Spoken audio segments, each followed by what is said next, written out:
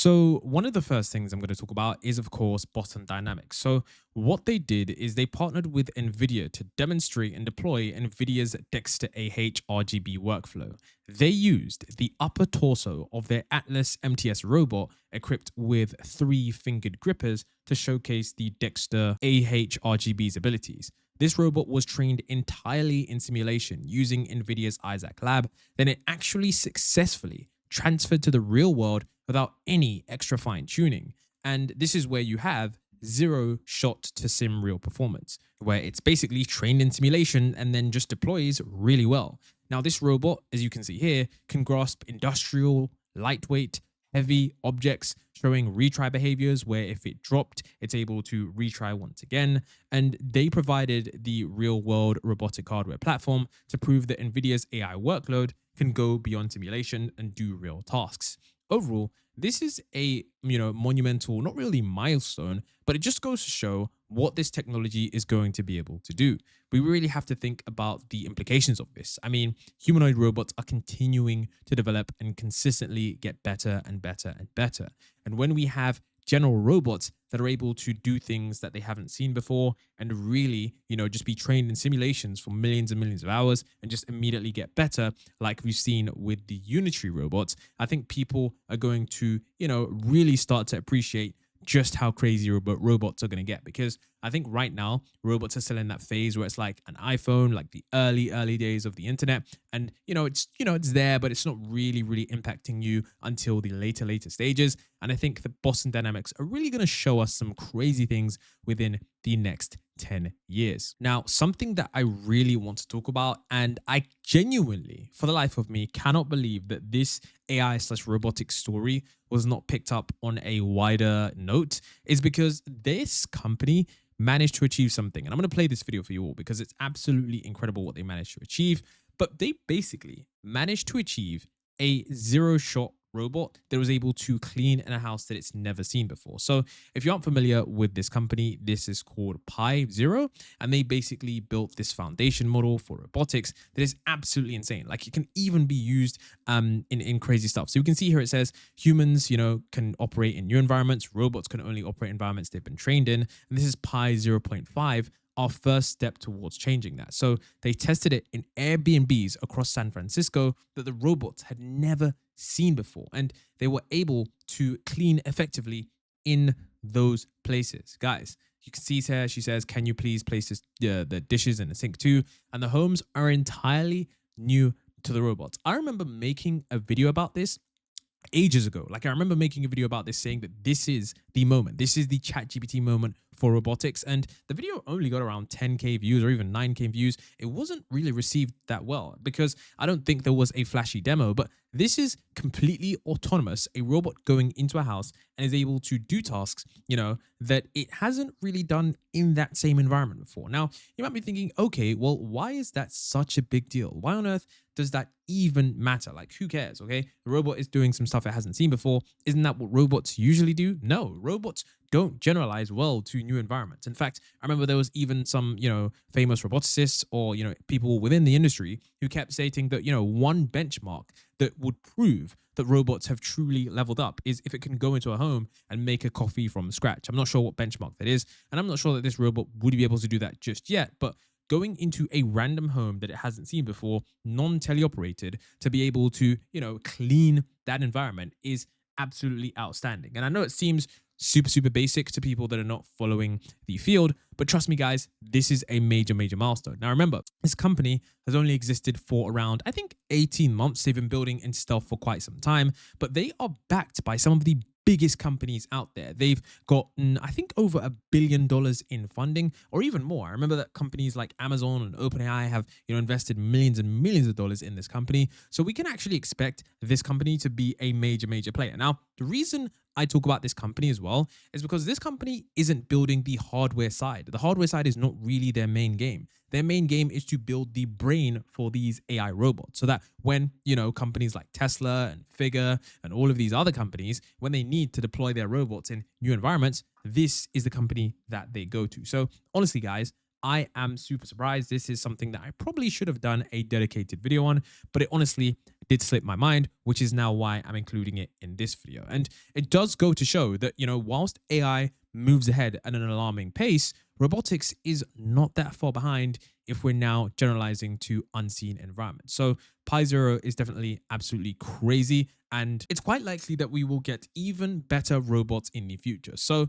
of course, as always, I'll leave a link to this one, but this one literally blew my mind as someone in the AI field. Now, also, if we're going to look at AI and robotics, we can see the Iron, the XPeng Iron. So I want you guys to see the old gait of the robot. So this is the robot walking, several months ago. This is how it used to walk. I mean, some people hilariously would say that that is the Joe Biden walk, or just like, it needs to defecate. That's what some people would say. Honestly, that is quite amusing because it is quite true.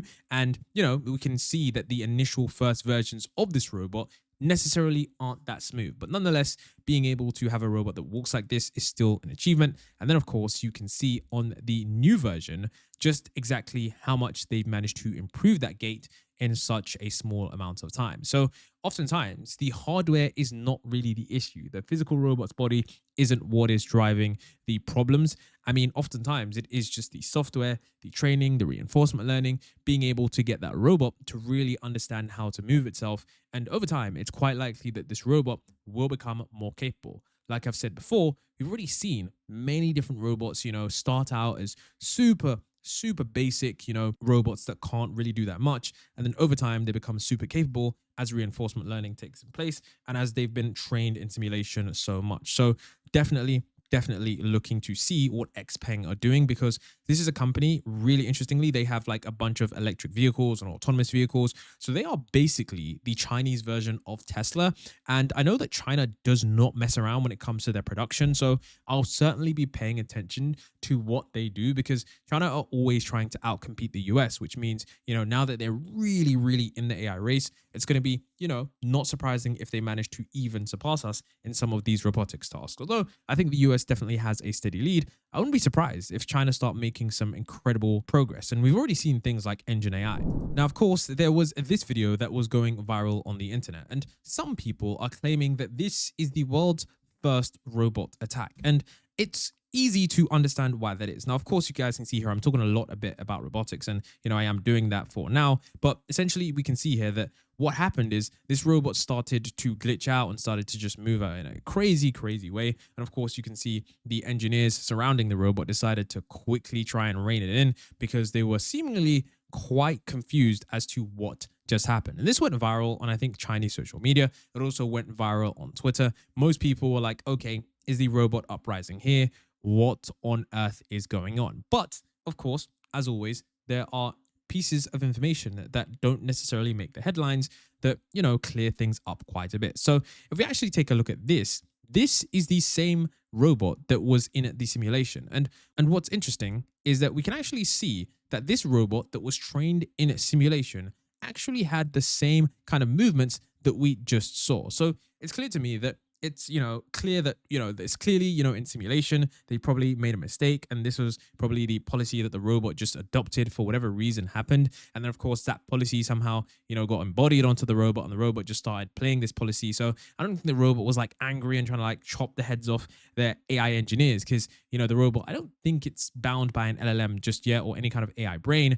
But yeah, we can see here that in simulation, this is exactly what we saw. And then, of course, with the real video, that was exactly what was there. So once again, it isn't going to kill us just yet, but nonetheless, I wanted to show you guys what it looks like in simulation. Now, if we're going to talk about AI actually killing us, Dan Hendricks actually did a study on OpenAI's O3. So this is where he's showing the fact that OpenAI's O3 models are getting really good at working with viruses. So good that they can now outperform 94% of real expert virologists on a special test called the Virology Capabilities Test. So this test checks if AI can understand complex experiments like flu virus lab tests, troubleshoot problems like when an AI experiment goes wrong, a virology experiment goes wrong, and also solve tricky science questions, just like real virologists. And the chart basically shows that AI has gotten way better over time, and OpenAI's O3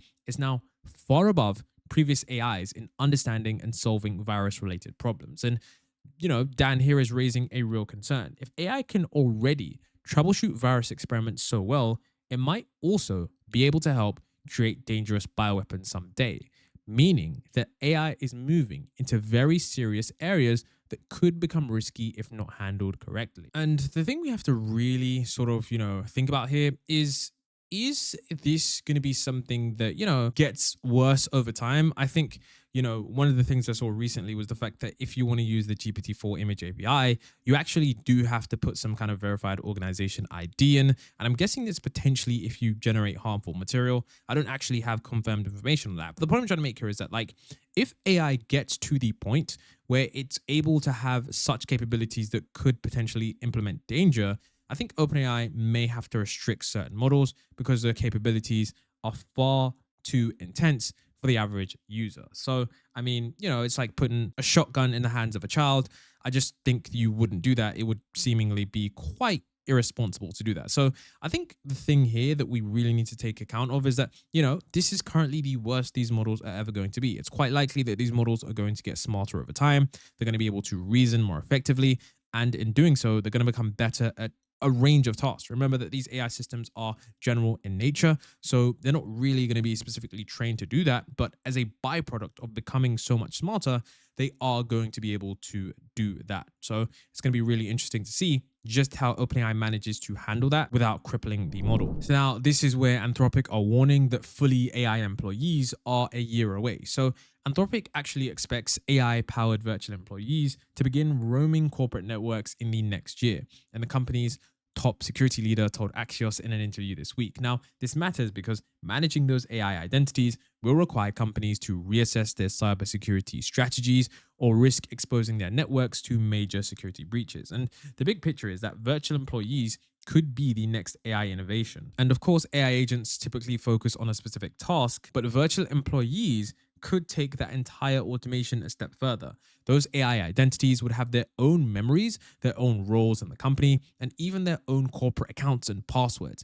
They would have a level of autonomy that far exceeds what agents have today. And in that world, there are so many problems that we haven't solved yet from a security perspective that we need to solve. That's what the representative said. So between these lines, the problems include how to secure the AI employees' user accounts, what networks it should access, should it be given, this or that, who's going to be responsible for managing its actions if something goes wrong. These are all the things they are talking about. And Anthropic believes that it has two responsibilities to help navigate AI-related security challenges. Firstly, thoroughly to test Claude models to ensure that they can actually withstand any cyber attacks. And then, of course, the second is to monitor any safety issues and to mitigate the ways that malicious actors can abuse Claude. So, of course, before these AI employees are ever debuted, we have to make sure that they are extremely safe, because the level of autonomy that these models will actually have is going to be like something we've never seen before. They'll arguably have the same level of control as you do, which means that, if these AI models tend to go rogue, that could be pretty bad for the company. Overall, I do think it's kind of interesting to talk about, AI employees only being a year away when we haven't really solved the hallucination problem when it comes to AI agents. So I think they might have to solve that one first before we can even start thinking about that, because when AI agents hallucinate, they do have several ramifications that aren't exactly the best. Now, there was also this tweet that was rather interesting. Payman Milanfar is a distinguished scientist at Google, where he leads the computational imaging team. And this guy is recognized for his pioneering work in computational imaging, image processing, and the application of AI to imaging technologies. Now, it's pretty crazy because this guy tweeted out something that I don't want to say is a little bit controversial, but it gave me insight into what might be going on behind the scenes at AI. Now, he posted this without context and said, "I've never received so many resumes from Meta." Now, let me show you guys some initial context that might give you guys the reason why he said that. So recently there was this video that I did a video on, and this video was basically speaking about how Jan LeCun basically said that I'm no longer interested in LLMs. Now, I do think he's doing this for good reason. A lot of people seem to think that, because he's no longer interested in LLMs, it just means that, Meta's AI was a failure. But I do have to say that Meta's Llama 4 did actually underperform in terms of what they were expecting to achieve, especially with the timeline horizon. So Meta basically, delivered Llama 4 quite late. And in doing so, it was also quite behind DeepSeek, and it was also quite behind Quinn 3. And of course, there were some very, very shady tactics around the benchmark area, which is, of course, leading people to believe that, Llama 4 was something that they really just didn't succeed at. And there were even individuals that essentially were trying to distance themselves from Llama 4 so much. So right now, it isn't really looking the best for Meta. I mean, currently Gen AI is very, very competitive in the entire industry as a whole. But I think that, over time, I do think that Meta will eventually manage to find their footing because they do have a billion users. They do have a lot of distribution, and they still have a lot of things that are going for them. Now, I also want to showcase this interesting benchmark that I came across. Someone tweeted at me this interesting benchmark that I really hadn't seen anywhere before, but this is an interesting LLM benchmarking system. The Sherlock Bench is a benchmarking system designed to test an LLM's ability to proactively investigate a problem. Sherlock Bench is an interesting benchmark because it is resistant to memorization because it doesn't use a Q&A format. Essentially, it tests if the model can practice the scientific method, i.e. hypothesize, experiment, and analyze. A model has to use function calling and structured outputs to perform well at this benchmark. And that means it gives an indication of whether this model is actually useful for professional or business workloads. And the benchmark system is open source, and it is easy to make new problem sets for it. Now, when we get into the actual results here, we can see that there are a few interesting things that we can see. Right now, it looks like O4 Mini from OpenAI is currently the state of the art in this benchmark. Now, of course, this is an interesting one because it's a new kind of benchmark and it's kind of based on a different kind of reasoning. But interestingly, we can see that O4 Mini is really levels ahead when it comes to this kind of reasoning. Now, currently, if you are wondering where the two models that most people love are, such as DeepSeek R1 and Gemini 2.5 Pro, DeepSeek R1 does not support function calling, so they can't benchmark this model. And Gemini 2.5 Pro was unfortunately giving some errors. So that's why this isn't here. But overall, I do think that, it does show us that these models are getting smarter when it comes to various different benchmarks. Now, this is where we start to get into the speculative section of the video. Microsoft seems to be cooking up a new AI model or a new batch of large language models that are around coding. So it seems that they've shown something called Nextcoder, and it says Nextcoder is a family of code editing LLMs developed with selective knowledge transfer and its training data. So it could be an open source model that is able to code. This has been spotted on Hugging Face. There are no public files yet, but there are frequent updates hinting at a code-focused LLM, possibly tied to the Phi series or Copilot. So it's not that much information. I wish I really did have more for you, but it might be in the Phi series that could be a lightweight coding model that could be really effective when it comes to performing well on certain coding tasks. Now, of course, that's not the only company that is working on their next model. We also do have Grok 3.5. So Elon Musk states that next week, Grok 3.5 is going to be in early beta release to Super Grok subscribers only. And it's going to be the first AI that can reason accurately, answer technical questions about rocket engines or electrochemistry. And apparently Grok is reasoning from first principles, coming up with answers that simply do not exist on the internet. Now, interestingly, I have been doing some, browsing around to see if anyone has this. Some people are claiming that they do have this model, like they are posting screenshots saying, look, I do have Grok 3.5. I can use this. And I am a little bit skeptical of them because I haven't really known anyone to be able to use the model yet, but they are stating that these models are completely different and they're just so good. I do wonder if it is kind of like an O3 type model that is just super effective. But overall, it will be interesting to see what Grok 3.5 has, because the last time we got an update from Grok 3, it was really top notch, and it was so surprising at how capable the model was. Now, next here, we have Stuart Russell, the computer scientist, predicting 4 major predictions for the future. So one of them being scaling up LLMs won't lead to AGI. 2, AI labs already realize this and are exploring new methods. And 3, governments won't act on AI safety until a major incident. Basically stating that the best case scenario is that we're going to have some kind of Chernobyl-like event, which is where an AI does something that is so drastic that it then causes new rules to be made up. Now, if you don't know what Chernobyl was, basically a nuclear reactor kind of just exploded, leaking out nuclear radiation into nearby areas, causing deaths and cancer and just a whole load of issues for anyone in that surrounding area. And the thing is that this is pretty true. People aren't going to realize how bad things get until they really get bad. And I know that sounds super simplistic to say, but the way the human mind works is that it's more sort of corrective in the sense that it will wait for things to get really bad and then implement a correction rather than safeguarding beforehand. And so it's going to be really interesting to see how that does occur. There are maybe half a dozen futures that could unfold. This is my current best guess about the most likely path that the world is going to take. So the first, that further scaling of these large language models, such as ChatGPT, is not going to lead to AGI. I think the big AI companies already understand this, and they are working on alternative and complementary approaches. They claim to be making a lot of progress, and I think it's likely that within a decade we will see those transformative advances where AI systems start to exceed human capabilities in very important ways. Not necessarily in all ways, but in ways that are enough to create massive transformation in our world and to pose significant risks to us. I also believe that governments are not going to legislate and enforce regulations on the safety of AI systems. So they are going to allow the companies to do what the companies themselves claim will lead to at least a 25% chance of human extinction. So in the best case, we will have a Chernobyl-sized disaster, and then the governments will wake up and do something. That's the best case. The worst case, obviously, is that the disaster is something that's irreversible and we lose control. Now, in an update to ChatGPT, there is also a shopping feature where they're essentially experimenting with making shopping simpler and faster to find and compare products and buy products inside of ChatGPT. So they've improved product results, visual product details, pricing, reviews, direct links to buy product results are chosen independently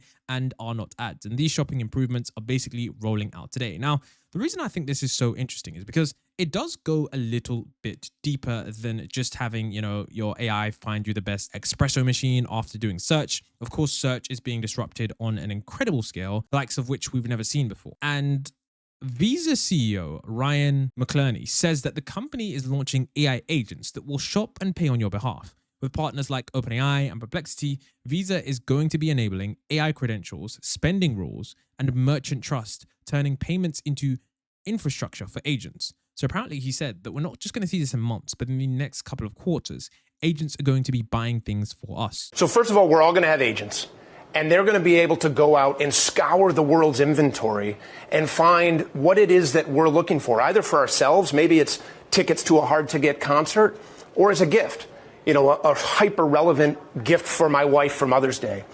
And what we've announced is a set of tools that give agents the capabilities to go make payments on your behalf. Think of that as AI-enabled Visa credentials. And also the rules and the capabilities that will provide trust. Trust that consumers will have in their agents. Trust that merchants are going to have that they're going to get paid. And trust that financial institutions will have that you've actually empowered your agent to make those purchases on your behalf. So we announced AI-enabled Visa cards. That's going to allow you to give your agency, giving them your Visa credentials to go buy something on your behalf. But we also announced important capabilities, things that enable you to set parameters and tell your agent how long do you want them to go look for something, maybe those concert tickets we were talking about. How much are you willing for your agent to spend? Even to designate specific merchants that you want your agent to go look at and not go look at other merchants. So it's the products, it's the capabilities that are going to give you and everyone else trust that your agent is going to go buy exactly what you're looking for on your behalf. Okay, so that concert, what year are we talking? How are we going to start to see the companies embrace the fact that I will have an agent that will go out scouring and buying on my behalf? Yeah, you're going to see this in months. You're going to see this in the next couple quarters. We announced a series of partnerships with all of the leading players in this space, with OpenAI, with Microsoft, with Anthropic, with Perplexity, with IBM, with Stripe, with all of the key players that are building out the infrastructure to enable this type of buying and shopping experience. So it's going to be here soon. Now, another interesting metric to look at is, of course, the progress AI is making.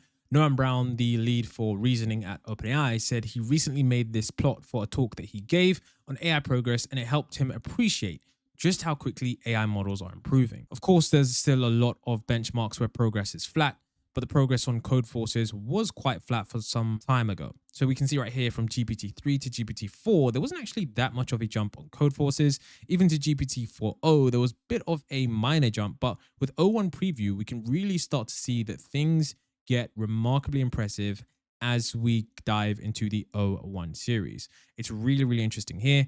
And I do find it funny sometimes that we literally just skipped O2 because, of course, there's like copyright with names and that. So, of course, O3, which is literally the only second iteration of the model, is doing such a crazy jump. Should show you guys just how crazy this is. I mean, GPT 3.5 was literally just at the end of 2022.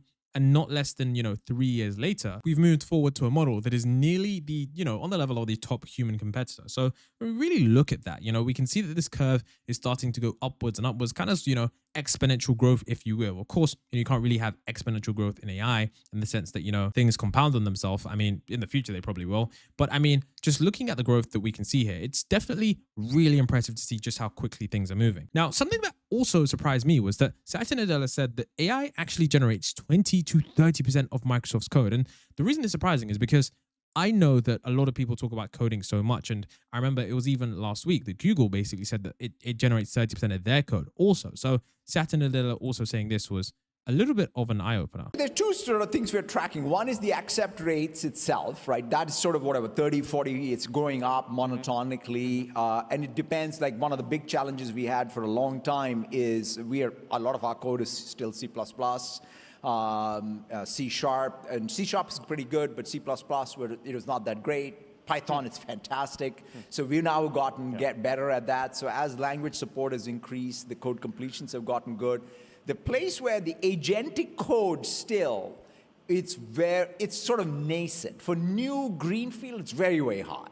But as I said, nothing is greenfield in many cases. And so therefore, I would say maybe at this point, the PR, by the way, code reviews are very high. So in fact, the agents we have for reviewing code, that usage is increased. And so I'd say maybe 20, 30% of the code that is inside of our repos today in some of our projects are probably all written by software. Now, when it comes to AI developing things as well in code, Mark Zuckerberg actually said that half of Llama's development will soon be done by AI and not people. And Satya Nadella says that we're going to reimagine the infrastructure that agents use, from sandboxes to repos. And of course, the remaining human engineers, they're basically going to be like tech leads with their own little army of AI agents. So it's going to be interesting to see how this development occurs, because Meta are clearly trying to build their own research AI agent, which is going to be something that I'm quite interested in.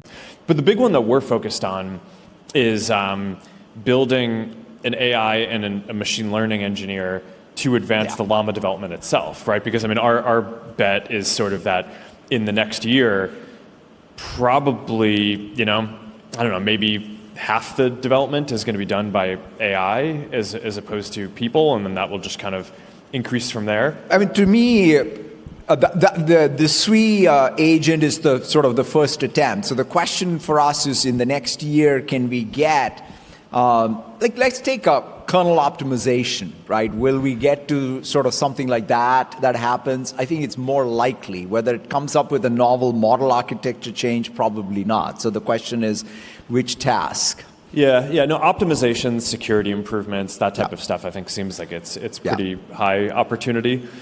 And the other thing for us is, to your point, our core business, in fact, Bill started the company as a tools company. And so to us, the interesting thing I think about now is maybe the way we should reconceptualize our tools and infrastructure, quite frankly, are the tools and the infrastructure for the agents to use. Because even the SWE agent needs a bunch of tools. And what shape should they be? What should their infrastructure, what should their sandboxes be? So a lot of what we're going to do is essentially evolve even what is the GitHub repo construct even look for the SWE agent. Yeah, no, it's a very interesting concept. And I mean, I tend to think that like every engineer is effectively going to end up being more of like a tech lead in the future that has sort of their own little army of engineering agents that they work with. But yeah. As well, we have GPT-4 gone. GPT-4 was a great model. Everyone remembers the release. You could only message it 25 times within 3 hours. And today, Sam Altman officially sent off the model. Goodbye, GPT-4. You kicked off a revolution. We'll proudly keep your weight on a special hard drive to give to some historians in the future. Now, another interesting update that I wanted to share with you guys as well is the fact that Anthropic and Apple are teaming up to build an AI-powered vibe coding platform. So this one kind of caught me off guard because Apple, whilst they have some of the most talented AI researchers and developers out there, they don't seem to really be deploying anything worthwhile. But it seems that they're teaming up with Anthropic on a new vibe coding software platform that will use AI to write, edit, and test code on behalf of programmers. The system is a new version of Xcode, Apple's programming software, that will integrate Anthropic's Claude Sonnet model, according to people with knowledge of the matter. So apparently they're going to roll this out internally, and they haven't decided whether to launch it publicly. So I personally don't think Apple will launch this publicly. We know that they have this perfectionism where they want to release everything to a certain standard.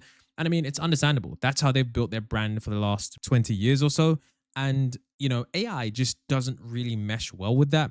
AI is a little bit imperfect. Often things can make mistakes. So it will be interesting to see how Apple managed to integrate this. Now, Google also did introduce a new image feature. I did speak about this quite before when they had this image flash generation tool that was released just before GPT-4o image. But I will say, interestingly, this one does seem a little bit better than the one before. So here we can see that it actually does keep the subject image and just add things and replace things. Before, when I actually used it again, like checking the second or third time, I actually did see that things didn't maintain their world consistency. Like things just, you know, kind of just got a little bit out of control after 2 or 3 prompts. But here we can see that they've actually updated this, and you can try this in the latest version of Gemini. So I'll definitely go on over to Gemini to try this. Now, another thing that we had here was we had the OpenAI CPO, Kevin Weil, talk about the fact that when they release their open weights model, it's not actually going to be the frontier model. It's going to be an open weights model for something that is really good. But of course, they're going to keep their proprietary models secured down. And I think that does make sense. I know a lot of people give OpenAI flack for not releasing open source models, but I do think it does make sense. I mean, you pour billions and billions of dollars into something to maintain a competitive advantage.